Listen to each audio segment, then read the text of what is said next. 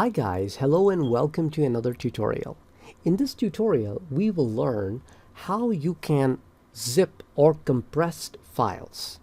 Then I will show you another tutorial on this channel where I will teach you how you can uncompress or unzip a file and copy it to a folder of your choice.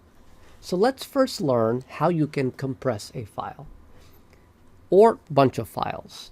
If you have a single file to compress, you can simply right-click on it, and then you can choose an option, Send to, and you can choose Compressed Folder. And that will automatically not only compress the file, but we're going to also give you a choice to rename it. And if you want to keep it the same name, you simply press Enter or hit outside, and you will get your compressed folder. As you can see, it is named exactly the same as my file. If I have a bunch of files to compress, now there are many ways to select them.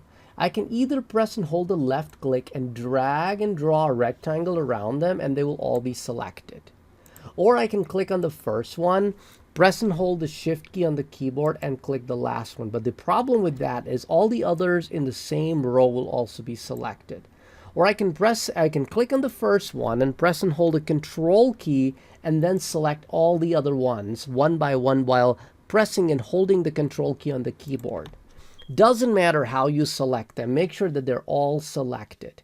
Then right click on any one of the selected files and then choose Send to Compressed Folder. And it will give you an option again, to give it a name, whatever you want. And if by mistake you pressed Enter, you can always right click and rename it. So you can call it Files 2. If you have an entire folder and you want to compress that folder, you can also do that. So I have a files folder over here. I could right click and send to compressed, and that way the entire folder can get compressed. So as you can see, we can compress an individual file, we can compress a bunch of files, or we can compress an entire folder. In the next video tutorial, I will show you how you can uncompress compressed files or how you can uncompress and send them to a certain folder. Catch you in the next one, guys. Take care. Bye-bye.